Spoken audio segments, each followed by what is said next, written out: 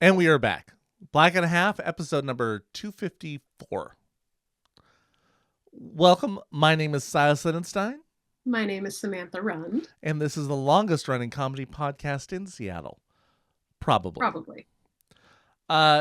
Today's episode, we tell the story of our first outing together in person Yes. in years. Quite a bit. Yeah. It is a tale of pickles and a tale of balls. Yeah, I was going to say that and thought that just doesn't sound right. It didn't come out right. It didn't come out right. Of course, we were talking about Seattle's or the Seattle area's number one sport. What? Yeah, I wasn't going to call out the actual place, but yeah, Seattle's sport of pickleball. Yeah, the pickleball sport started in Seattle. Well, in Bainbridge Island. Mm-hmm.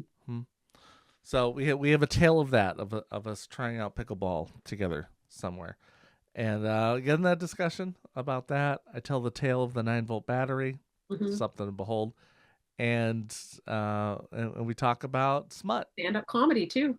Yeah, smutty stand-up comedy. No, we don't. We talk. Those are separate topics, but they are smut and stand-up comedy. So it's a variety show. But always just glad to be here. Right? It's a good time. It is. Yeah. It is. Good times. It is a good time. That's good right. Good times. Holding together. Ooh, yeah. And of course, I think people, I'm going to give a heads up to people.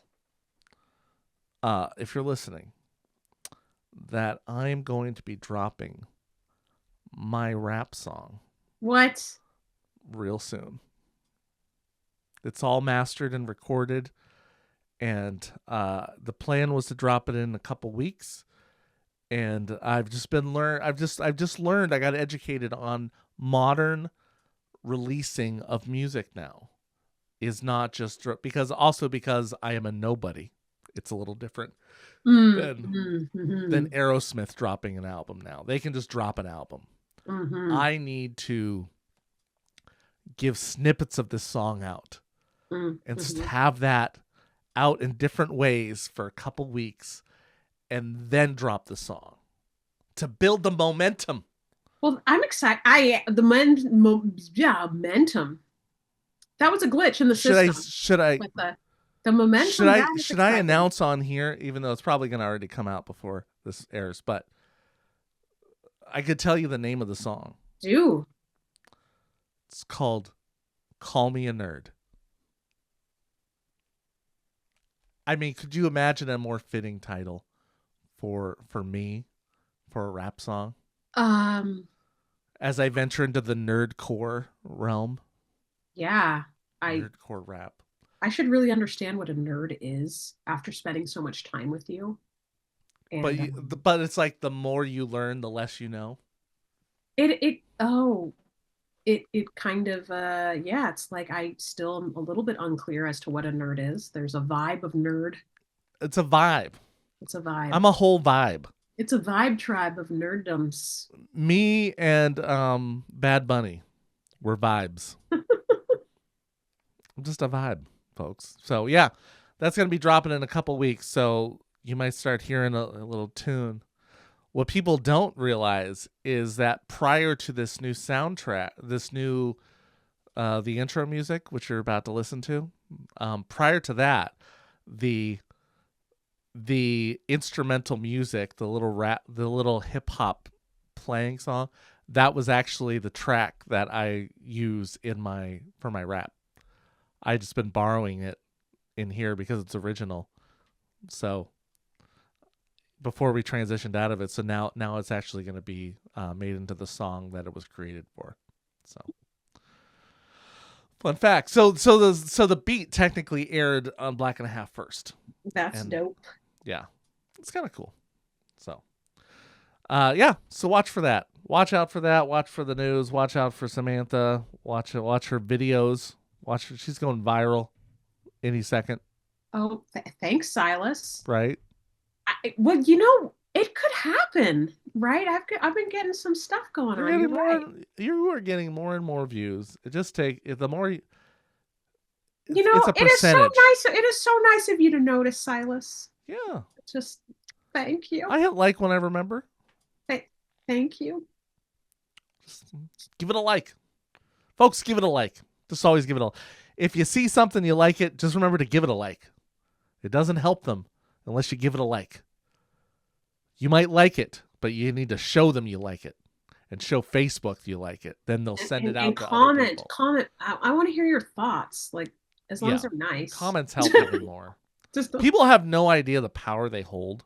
Oh my gosh, it's so true in if terms they of comment on something on Facebook, it helps makes so much. But also too, just in terms of like, oh, that feels so nice. One of my friends, she told me, I mean, actually somebody I knew from college a long time ago, but anyway, she was like, I love seeing all of your reels. And I was like, oh, that's so sweet. I had no idea she was watching them or that she liked them. So it's just a nice little, okay, I'll make another. Every once in a while I get a text, or my brother will text me about something we said. I'm like, oh. Yeah. Sometimes I'm like, I recorded that a couple weeks ago, so I'm like, what's he talking about? Yeah. I'm like, oh, okay, yeah. I just dropped the podcast. It's from that. Yeah. So. Sweet. All right, folks, sit back, relax, open your hearts, open your ear holes, and listen to episode 254 of Black and a Half. Ladies and gentlemen, you are listening to the longest running comedy podcast in Seattle, probably. Yes, this is Black and a Half, hosted by Silas Lindenstein and Samantha Rund. Black and a Half! I'm going to try, during this episode, I have, what you can't see, Samantha, is I set up a new monitor so that I can see you. Like, I usually can see you, but I have to kind of look down to see you. Oh, and now I set it to the eye level. With the camera. Nice. Except I know there's one down here. Oh, so that's probably distracting. And I'm trying not to. I'm like, I don't want to look at that one. So I'm going to just do something here and something there and try to. No, but it's just that the computer monitor is way better of a monitor. Yeah. So it makes me realize when you don't have like as high quality of equipment or things that you're projecting, like it can be, your eye just goes to what the better quality is. Like, oh, that's a better quality. And that's probably something to think about for, I don't know. Definitely. Marketing or something. Right. But I wanted to ask you. Yeah. Okay. So a couple weeks ago, me and you saw each other live and in person. Oh, right. Yes, we did. To play pickleball, the well-known African-American sport. Well-known. Pickleball spirituals. Yeah. Just so wrong. Like, just. That would be a treat, actually. We went to this. So there's you sent it to me. This diversity. That's right, diversity and inclusion. Because when I mentioned that I'd done pickleball, that's canceled, went to play pickleball for the first time, you're like, "You like pickleball?" And I was like, "Yeah." So it was like, "Oh no, we need to play this sometime." And then surprisingly, it happened quicker. I wish that everything that I said, I'd like to do that. This needs to happen. That it would happen with such speed. Yeah, you need to say like, I need to make $1 million. I was going to say $1 million too. Yeah. Well, Silas, it'll show up. The two of us are saying it on the air and everybody's wishing it for us. So this is going to happen. Probably real. $2 million. One for me, one for you. All right. Okay. So we go to this thing and there's not, set the stage. It's a cloudy day, a little rainy. Yeah. Right. I wasn't even going to say where, because on the off chance that Seattle. Either of these people are listening, I wasn't going to say what the pickleball place was, because on the off chance either of them were listening, they might not have known we were talking about them. But now they would know. Because I said rain? Because you said the name of the event. Oh, okay. Whatever. All right. Anyway. We're not going to say what week. Right. Okay. So we go to this thing. Yes. And it wasn't a big show out, but there was a couple guys there. Right. It seemed like it was going to be big. Of the dozen or so people that were there. we end up playing with these couple dudes there, and I don't know when the last time I was consciously aware of mansplaining happening to somebody, but oh my God, it's quite a sight to see it when you're an aware person to watching it unfold. Now, did you feel, I had a question. Did you feel like, because okay, so you're learning pickleball, and so am I. I'm learning too. Yes. I just had played a couple times before, and I think I researched the rules a bit. I had a racket. Yes, I showed up without one, thinking it would be supplies. Lucky hilarious. For me, Silas had a spare one. I know. I'm like, to do. What did you feel like? Did you say something to invite? Yes, I was going to say, in all fairness, before we go on more of this discussion, I will say, in all fairness, I did announce, I am new at this. I don't really know what I'm doing. So if you'd like me to follow the rules, feel free to tell me what to do and where to go, which generally is not the best idea to tell a man under any circumstance to let you know where he wants you to go. Yes. Yes. And then you proceeded to just start getting instructions about all of pickleball, and not just how to swing the racket, but how strategy to use and what every rule. I just felt like I'm just listening and going, partly, well, besides the mansplaining ish aspect of it, I was just like, how are you trying to teach somebody about this sport by inundating them with every piece of strategic information and the rules and everything all at once? It just seemed like, do y'all know how to teach people anything? It was a lot. I mean, yes, being a little bit too gracious perhaps, but I think he was just so excited to have a human, perhaps a human woman. I think he was just so excited to have somebody say, hey, can you tell me what to do? I don't know how to play this, because he had a lot of information to share. So I feel like it was coming from a good place. I think there were two moments that really bothered me. If you're listening, sorry, dude. But two moments that bothered me. One was when I missed and I did not hit over the net. I either hit it too far or I didn't hit it over the net. Obviously, I knew it was not a good, I knew that that wasn't how you play. Right. And he just comes up to me and is like, see, that wasn't good. You need to hit it. That wasn't, and I'm like, what? That's where it really bothered me. And then there was another moment where he was trying to teach me about the swing, which actually I didn't think about it. Also, too, because when you play tennis, you are going to play tennis a little bit differently than you play pickleball, which the next time I played pickleball, a woman told me, she also had played tennis in the past, that typically with a tennis, you're going to go behind to get a big swing. But with the pickleball, you come closer, you come into it. Oh, and okay. I haven't played it in so long that I guess some of it was still a little muscle memory or something. I don't know. But at any rate, there was a moment where he was going to tell me about the swing, but he actually approached me and it was close enough to where I was like, oh my goodness, is he going to do the golf swing or the bowling ball thing where he tries to come up behind me and hold me as he does it? There was a moment of an actual is that what you're thinking? I hope you're not thinking. And I got really still and really stiff. And I think he I think I saw that moment. I think I saw that moment. Didn't it look like he was going to come in to do that? And I'm like, oh, hell no, in my head. Yeah. But, let me just show you. Let me just give you this. That would have been such a play move. Oh my God. I would have jumped over and shook his hand. That. I mean, if he were really hot, I would have. Gosh, again, I never want to be mean. I don't think I could be a roast comedian. I don't think I don't think even if that was Thor, you were really hot. If that was Thor, I don't think you would have. Oh my God, if it from was knowing Thor, you. No. Well, if it was the first time I met him, no, probably not. Yeah. No, I don't mean knowing me. Actual Chris Hemsworth. I mean a Chris Hemsworth kind of person. I don't think you're comfortable with somebody just walking up behind you and. Yeah, Idris Elba came into the restaurant I was working at in Beverly Hills one time. Yeah. I don't know if you heard that story. And I was standing next to one of my coworkers, and my inclination was like, oh my God. I was like saying under my breath, don't sit at my table, don't sit at my table, don't sit at my table. And he was like, what is wrong with you? And I'm like, I'm gonna get nervous and spill water all over him. Like, I don't want him to sit at my table. That's hilarious.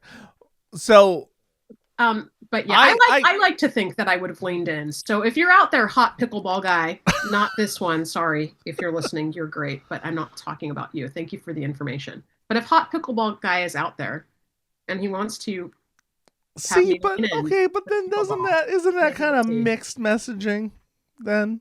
Because then people are like, well, what if I am hot pickleball guy? I think you'll know, because mansplaining doesn't work. Instead of like staring at Silas like, oh my goodness, are you seeing this? I would maybe just like move a little bit closer. Oh, like, you would have gave some move a little signs. bit closer, not. Yeah. Well, I actually talk about this also in coaching, which I talk about the moments when somebody like when a kid kicks the ball out, or like, they run up to kick it and then they whiff or they barely kick it. I always tell the coaches, like, don't say, hey, oh no. What I say is, kid comes up, kicks it, it flies way off, and the coach goes, you kicked that too hard. And I go, you don't think he knows? You already lost the ball. So what happened is, you feel bad the kid felt bad the first time they kicked it out, and then they feel bad again because you brought it up. Like it's an obvious, like, we all know what happened. You don't have to bring it up. You don't need to. But some people just can't help themselves. No, and I really do think that guy was just really, I mean, jokes aside, I feel like he really genuinely was really happy to get to share this knowledge with somebody who wanted to hear it. Yeah. And I did get some really good tips from him. And then when I would have a good volley for a while, he would notice that too. He wasn't just like, you missed it, let me show you with my masculinity of the things I know. So now I got to see that. Is that a thing? How often does that type of thing happen? To me? Yeah. With people mansplaining? Yeah. Or people trying to come up behind me and no, the mansplaining part. Mansplaining part. Oh gosh. I mean, it happens, and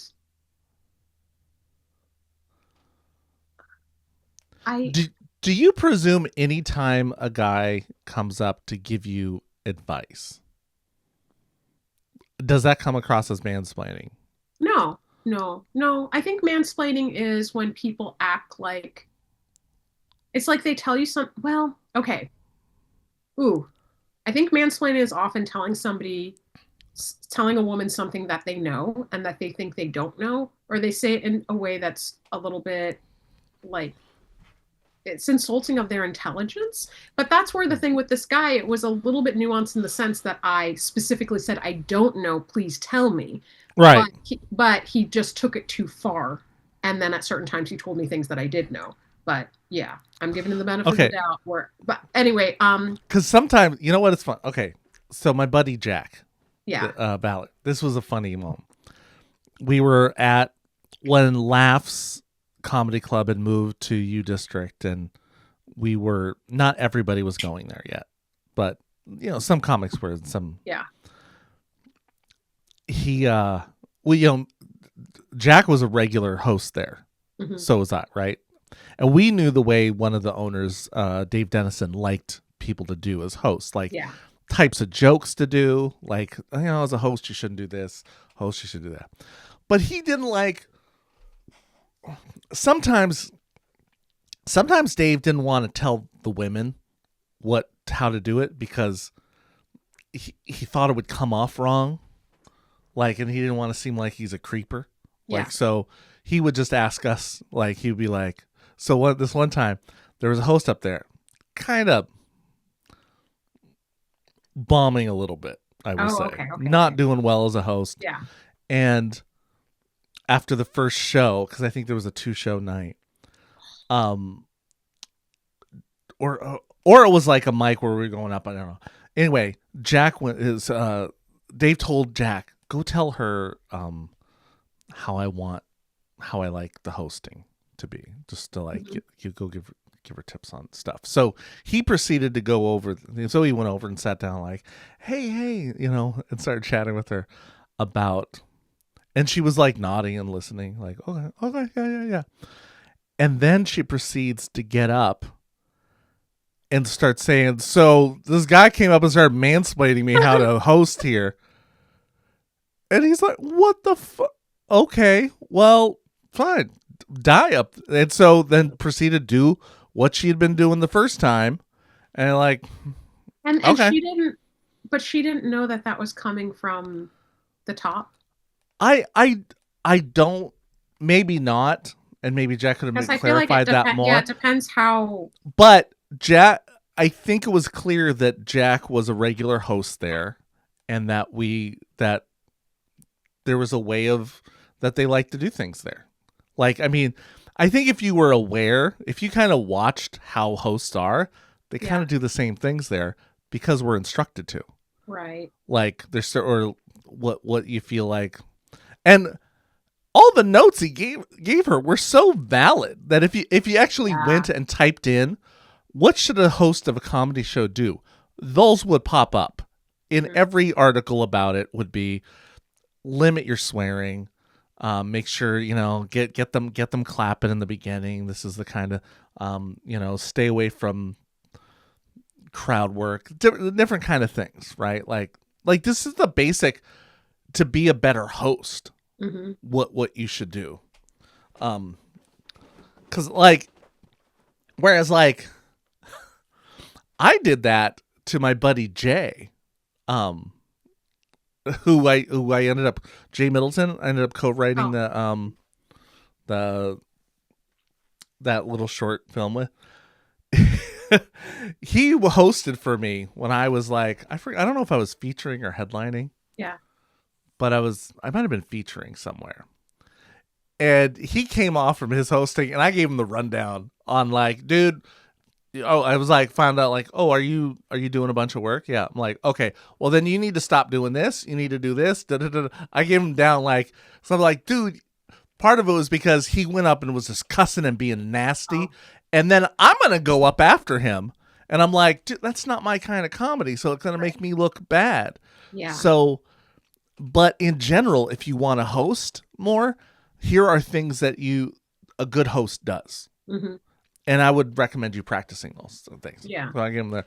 But partly because it was making me look bad. But if he was a woman, I probably wouldn't have said anything because I wouldn't have wanted to be accused of mansplaining. Well, I don't want to get accused. Do you feel like you get accused often though, or something? I see other people do, and I'm sure, I have in the past, and I'm like, okay, I just won't help you. Just let you die. A guy, it's just easier to roast a guy. Well, we roast each other. Well, I don't think you have to roast by giving somebody a note. Something I often do when talking to anybody anyway is I'll often say, hey, you might already know this, but, or please let me know because that is one of my biggest pet peeves is I don't like it when if people give advice, that's great, but maybe take a moment to think, hey, does this person already know this?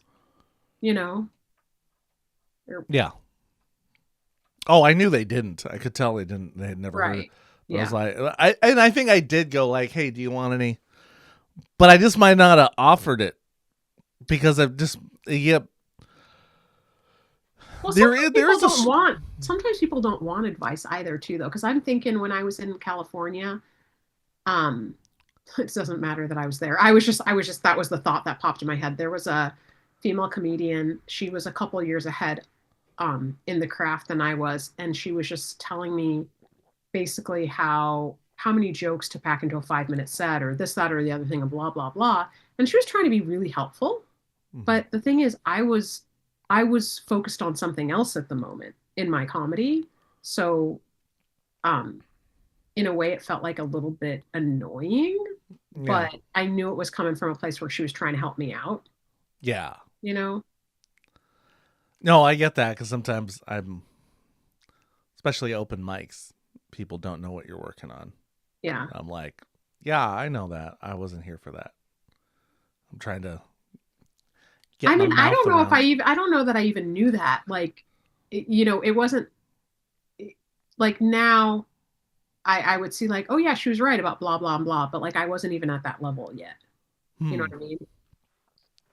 There's so many people that just don't like advice. Like Actually, they yeah. want to live in the illusion that they're doing well, or they like what they do, and because they've gotten so a little bit of kudos for it, even if Or maybe they don't have a growth mindset. Maybe they're not as open to constructive feedback too. there was this guy in my acting class, sort of, for in college. We kind of went in at the same time. Maybe he was a year younger. He was a real over the top hammy actor, like just high school. He got a lot of attention, right? And I remember, like, it was all like, it's like, oh my god, I don't want to do this with him. Like, it was just always cringe feeling.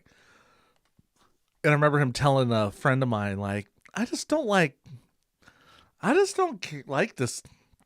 Stanislavski stuff. I like what I do.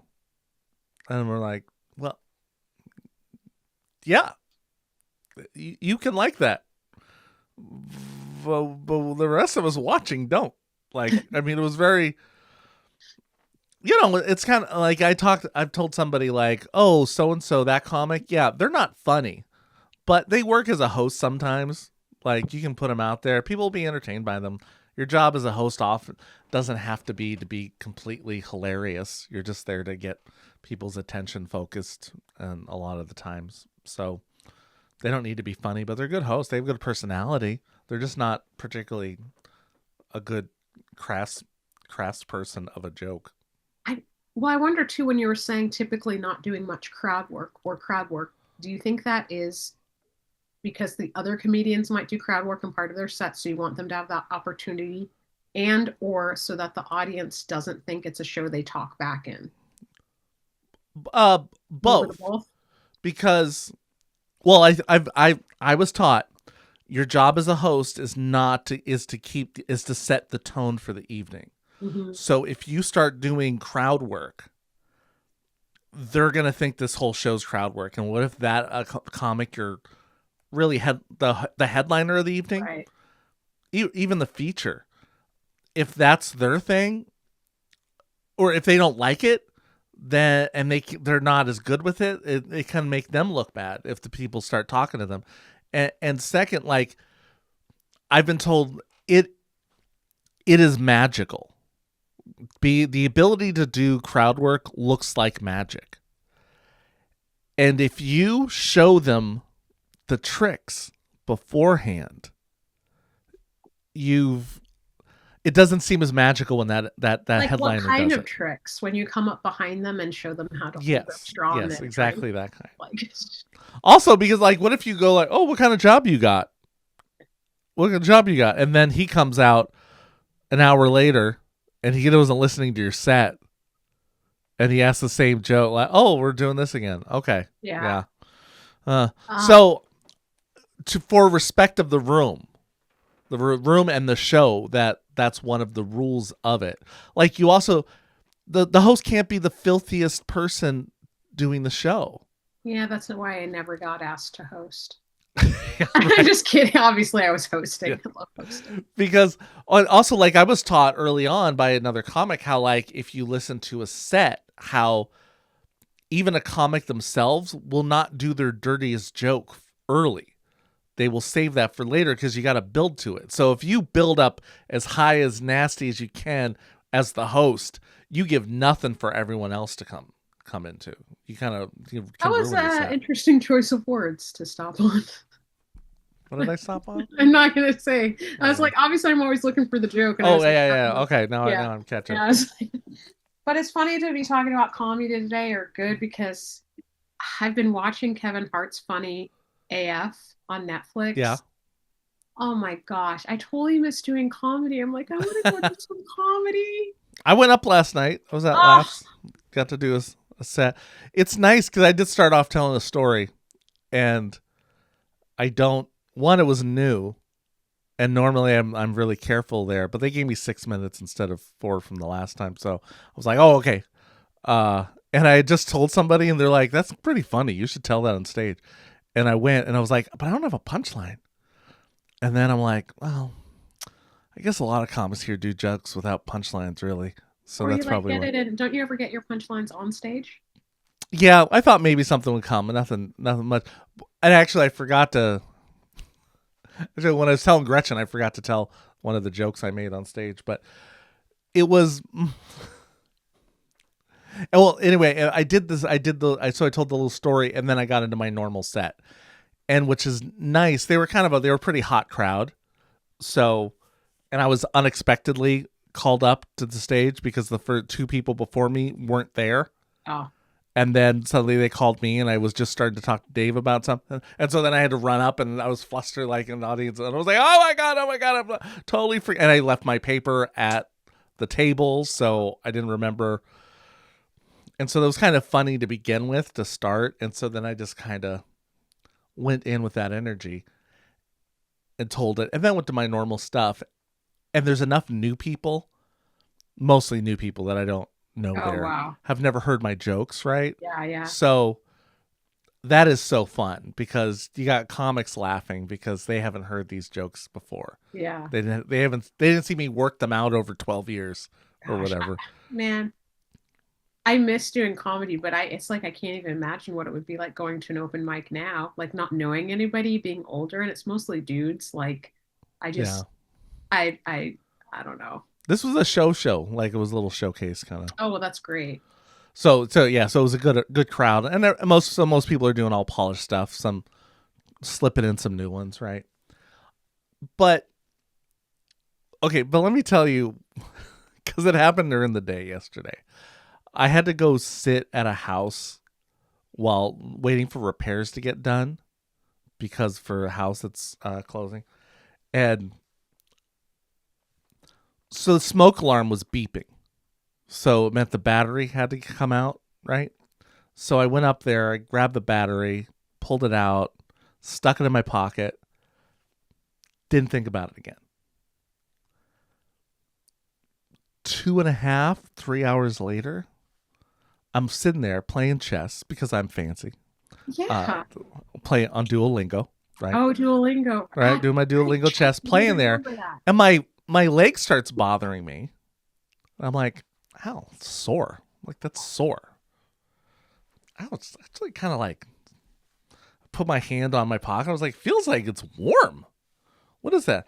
And I pull, like, that's kind of hot. And like, it's really starting to bother me. I put my hand in and I'm like, damn, I felt like something like burning in there, like hot. And I'm like, what the hell? And so then I reach in, I grab it, and I realize, oh, it's the battery. Like, what? And I pull it out, and it's like it's been sitting in the sun for hours. Like when my phone gets hot or something, I'm like, what the hell? What is this? This is so hot. Like, this isn't good. So I put it, and I'm like, God, my leg feels like it got burned a little. So I put it in a thing and wrap it up, a little like a wrapper. And then I Google this to find out, like, it's a little 9-volt battery, right? It says, well, and I said, well, okay. And I was like, in my pocket were keys and a remote control. Did something in here cause this? And it points out, so those connectors at the end, because the 9 volts are the rectangle ones. Yeah. So if a piece of metal goes across them, it causes a short. Oh, geez. Which can lead to heat, fire. They're considered a fire hazard to do that. Like, if you just leave, apparently 9-volt batteries loose in a junk drawer is known to, like, could be a cause of a fire. Whoa. Like, so the thing was going to explode. Kind of like explode is like as in like a little combustion, right? Yeah. But it would have in my pants. Like I had short circuited and it was heating up, like building up. Like I was really close to a catastrophe. Like it would have just gave me like a level 3 burn. Like, imagine the battery acid blowing up on my leg. Yeah, that's horrible. I did see your Yeah. post about today. I learned. Yeah. But so wild to me. Like, so then I was like, I was like, is this common knowledge? Right. And that's what I started the set asking. Like, Yeah. is it common knowledge that you shouldn't have a 9-volt battery? Is it common knowledge, right? But most people, I don't think, have 9-volt batteries anyway, right? Like, you wouldn't think of it, and I stuck it in my pocket. Right. But I was thinking about that. I just kept, because later on I was like, it still hurt. Like it was like holding a hot poker to my leg. And I do think there's a chance of a joke out of this all, like the chest thing, which was true. But it made me think about when you tell a story, the guy Titus, it's a comedian named Titus, right? Oh yeah, yeah. He talks about, you have a story, write out your story. And then after each sentence, you need a joke. Yeah. And do just like that. Like, it could be whatever. So it's like, I'm playing the chess because I'm fancy. Right. And then just go to the next line. So what I probably need to do is write this story out and really hone in on a joke, the jokes around it, to make it funny. Right. So, well, maybe in another year or two, I can go to do comedy. I don't know how long it's going to be. If I start writing material now, by the time I'm ready to go, I don't know if any of it will still be applicable. The world might have changed so much. You need just start writing apocalypse jokes now. Are there any, like, there's not any Saturday afternoon mics, are there? For other. There might be actually at the Jewel Box. I would check that. Okay, there might be. There used to be. Tell me later. Maybe. Okay. Yeah. That I definitely have some things that would make really good material right now. I said a couple of things the other day that were like, I'm not going to say it on here. I need to save it for a joke, but I was like, if I were still doing stand-up, this would be so great. So that one I actually did write down. I was thinking I need to start writing down more of the things my Finn says because they are pretty hilarious. Oh, yeah. And like they can be jokes, and I just haven't been in the habit of writing them down. Like I retell them later. Yeah.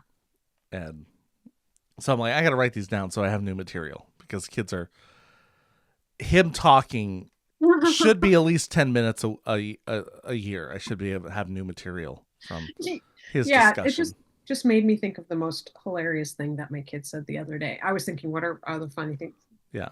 Good Lord, my child. Is it appropriate? Oh yeah, it's just, well, it was, but it wasn't. It was in the sense that, like, it wasn't dirty, but it was inappropriate in the sense it was like, oh my gosh, like, we were just seriously just passing somebody, not in a conversation with them, not like, we weren't like waiting in line so that she saw them for quite a while or anything like that. We're just passing somebody, and she sees the guy and she says, "Hi, Daddy." I was like, Olivia, that is not your dad. She has a dad. She knows who her dad is. So it's just, and I'm just humiliated because I'm thinking, what is this guy thinking? Let me ask you. Yeah. What race was the guy? Okay, fair point. In this instance, he was a similar race. However, she has done that but she has done that to other men too. She has done that to, and I did that. And I just thought every black guy was Manny.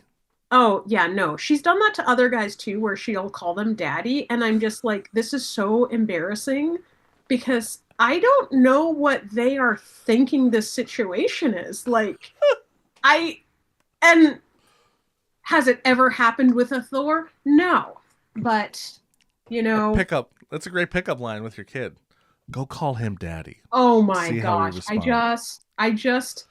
And then you could go up and like, I'm sorry that she called you daddy, but later tonight I could. Yeah, right. Creepy. I just, that is not my thing. I don't understand why that would ever be a thing for people, but I know it is. Right. Like other kinds of it's stuff. More fun. Sure. I think it's more funny. even though I know it's a thing, but I'd use it more of a funny context. Oh yeah, no, that would be a great joke. I did think like, yeah, joke structure that works, but I just Yeah. I know it was just so, oh gosh, so embarrassing. And yeah, Finn's got more material, but like I said, how I don't know if I told you last. Well, maybe I didn't tell you last week. He's starting using phrases like expressions that aren't like, but he tries to make it make sense more. So like the other day when I told him a fact, he read a fact about space, and he said, "Dad, the dwarf planet is da, da, da, da." Yeah, that totally blew my mind up.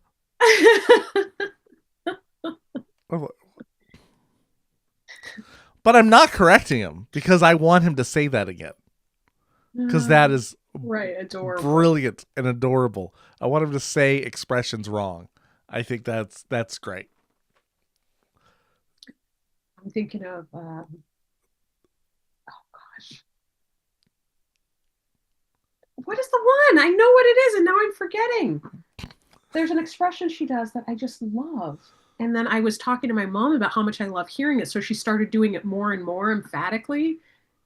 Oh my And gosh. now at inappropriate times, possibly. Well, it wasn't inappropriate, but it's like, what the heck is it? Dang it, that's really going to bother me. At some point, maybe it'll come to me and I'll text you. But yeah, I feel like it's something like, "You've got to be kidding me," or just some sort of hilarious like exclamation. I would love that. Like, you got to be kidding me, gosh, Mom. what? Dang it! It'll come. Yeah. They are a source of material. Everyone always says that when you have a kid, it's gonna. It's anything that adds to your life in a lot of. Suddenly a lot of things happen to you in this one topic, right? Yeah. So that's why I think it's dense for material, just like getting married. Or you're in the and, shared human experiences. Yeah, for certain groups of people. Yeah. But even if you don't have a kid, I think it's just the relating. You can you gotta. There's some sort of common knowledge or common experiences that people are like in on it. I've noticed a thing with a lot of comics that make it that didn't have anything before or aren't nepotism. A comedian who comes from another country does very well. They have a lot of material to talk about because they get to be the stranger in this land that gets to speak about back in my country, and they can explain the way they do things there versus the way that they are here. And it's a very easy to compare them. And it's funny to think about, they notice how weird we are with some things that we wouldn't occur to us. Right. And it's even like their setups can be a lot quicker. You don't have to go, I was sitting around thinking the other day. Or like there's this guy I was listening to who talks about watching movies. He learned English by reading subtitles. Mm-hmm. So he watched American movies. But whenever they did something that used the N-word. Oh, I think I've heard this bit. They would say friend. They would call him friend. And he'd be like, well, some of these movies, I was like, that's not a good friend. I don't know why he's a friend. And then when he moved to the U.S., and with this, thinking that's what it is, and then he thought it was funny that, the show, Friends. Oh, But there were no friends on the show. Right. Yeah, that's really funny. And he's very confused by some of it.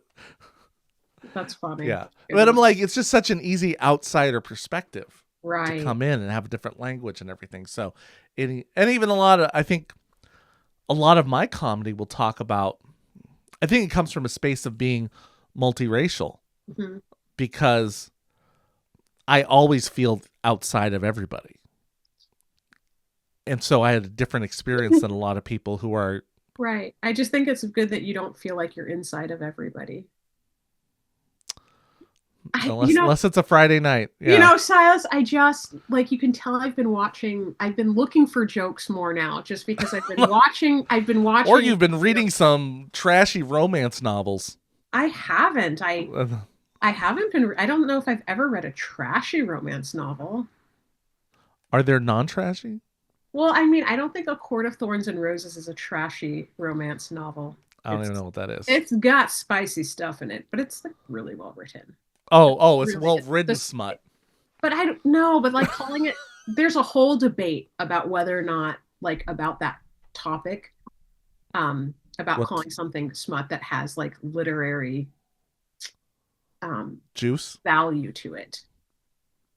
No, it has like, it's not like the whole book. I don't know. It's like, how many was it, like 6 books, 400, 500 pages each? I don't know. There's like a lot of pages of books, right? Yeah. And of those pages, the like spicy material is, I don't know what, like 2% of the book, or like 4%. You know what I'm saying? Yeah. Just chalk the whole thing up to that. But there's all the layers of like emotions and relationships and what makes all of the stuff. But what makes a movie, what makes a book literarily better? Well, I am not the best person to ask, because I don't have a lot of source material. I don't have a lot of materials to go like, I've read this. You have a master's degree. Yes, but when you're asking me to speak on a certain topic, like, I haven't read. How many books have I read that could fit into the category that you're speaking about? The trashy romance? Yeah, I don't, like, that wasn't a trashy romance book. I think of trashy. How do you know it wasn't then, if you don't read the trashy romance? Maybe all romance is trashy by nature. That's just a very male view. I'll have Gretchen send you links. Does Gretchen? She, ever since we were talking about this last night, like a year before the surgery, after she got diagnosed, she couldn't read anything heavy anymore. Oh no, it makes sense. So she's been reading trashy.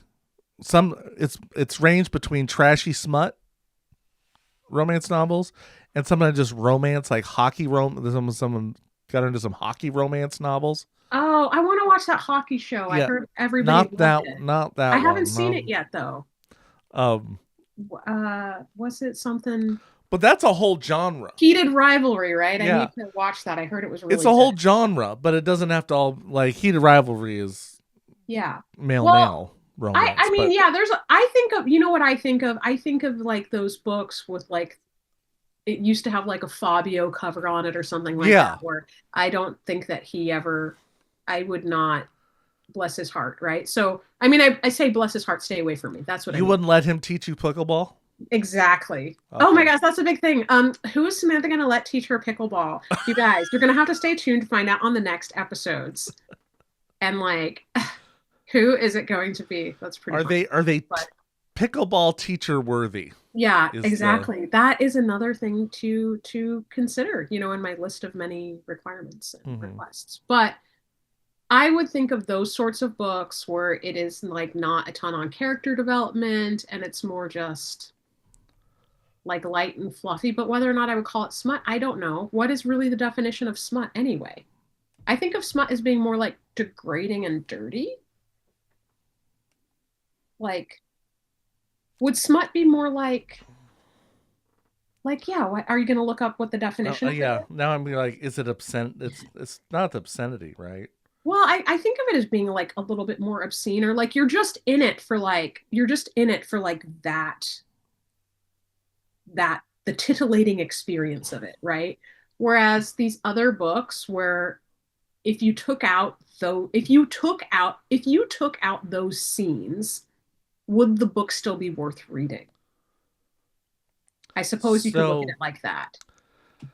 Smut refers to sexually explicit, indecent, or pornographic material, books, pictures, stories, often described in literature as steamy or highly erotic scenes. It's commonly used informally to describe content focused on sexual activity. Yeah. Historically, it meant soot or dirty mark, with synonyms including pornography. I haven't been reading filled. books about. Yes. Oh, yes. I forgot about the series I read about the chimney sweeps. I forgot about those. No, I haven't read them. And the coal miners. No. I think, I think I stumbled upon it. Mary That's Poppins. what I think it is. I think, yeah, Mary Poppins. No, I think if Julie Andrews is in it, no. I think that's what it is, Silas. If you take out those scenes or those pages, those, if you take out that text, is the book still worth reading? Would somebody still read the book without that text? And so for that series I was reading, like 100%, absolutely. Like there's so much wonderful character development, worlds building, all this stuff. And like, yeah, those scenes were pretty awesome. Some of them I wasn't into. Gretchen says she never, some of the metaphors that they would use, she said she had never heard before. I mean, I will admit, like some of the descriptions and stuff, was it on this book? There was another book. Oh gosh, I remember I did read 50 Shades of Grey. I did read that series. And I just, honestly, it was not for me. And I would get bored and I would be like, oh, this isn't even like erotic. It was just, for me, I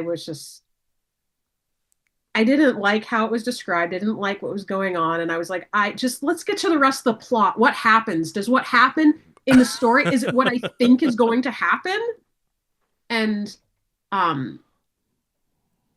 yeah, I don't know. But yeah, some of the descriptions and stuff I'm not into, and some of it is good. But I think it depends. But also the view of that stuff can actually be fairly misogynistic. The what? The view of that stuff can actually be somewhat misogynistic. I've listened to on my podcasts that calling like books that women enjoy, literature women enjoy, smut. Or some of it is like. But if it is smut. But some of it's not.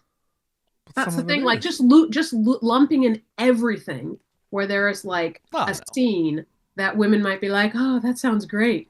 And then be like, that book is smut. It's like, no, a-hole, you just can't do X. Hey, for some people, one smutty scene takes away from the whole book and they'll put it down.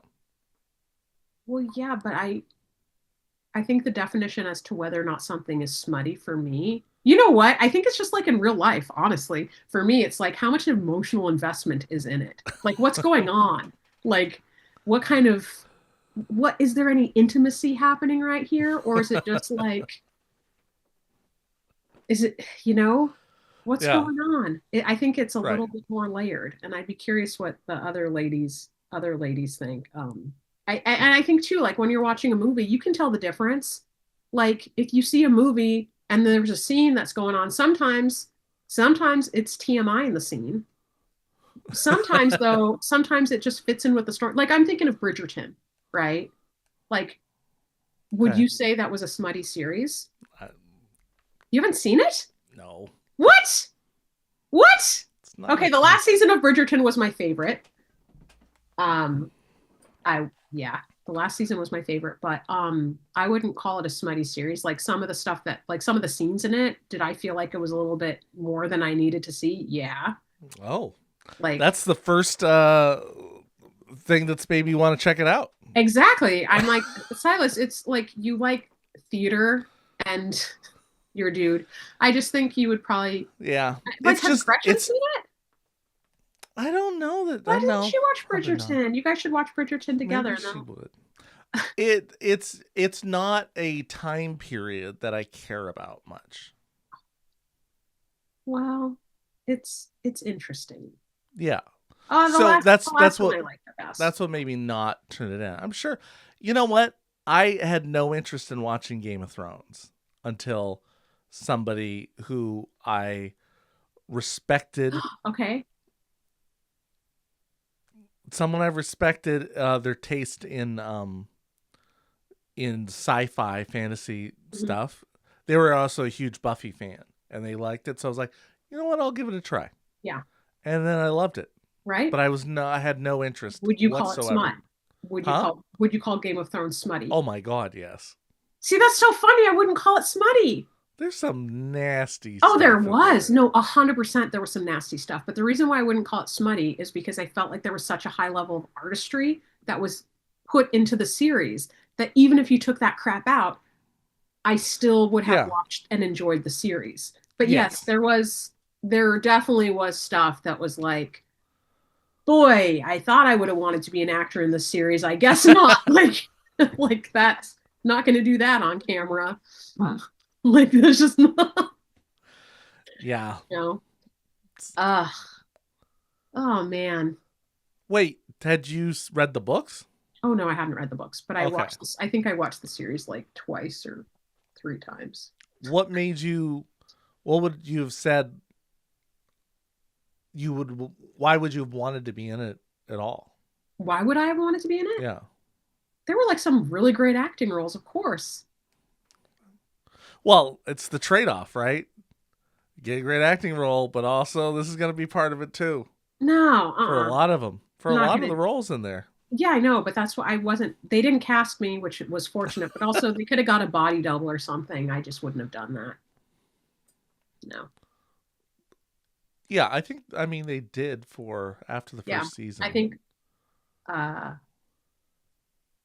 yeah, but I mean, the downside is like people still would think that was you, people who didn't know that was a body double. So it'd still be kind of. But if it's not, if you know it's not, right? Yeah. But like the weirdos out there, you know. There's a lot of scenes out there that people thought they were seeing someone and turned out, nope, it's not even their butt. That's someone else's butt. Right. That's one I was thinking of. Well, I don't know. Was it the same one? I was thinking of the shame scene. Wasn't that? I was thinking different movies. Different movies. Different one. Yeah. I don't know if she did. I think she got a body double for that. Oh. I don't know that I could watch Game of Thrones now though. I'm like more sensitive to what I can watch. Since your time with dragons. Yeah, since my time with dragons. Yeah, gotta love a good dragon. Hey, we're running over here. Okay, so pickleball. From pickleball to 9-volt batteries. What? Pickleball. I mean, if any sport is smutty, it's probably something called pickleball. Hide the pickle. I'm not doing a tag because we are on the air right now. All right, Black and a Half. Ladies and gentlemen, you are listening to the longest running comedy podcast in Seattle, probably. Yes, this is Black and a Half, hosted by Silas Lindenstein and Samantha Rund. Black and a Half.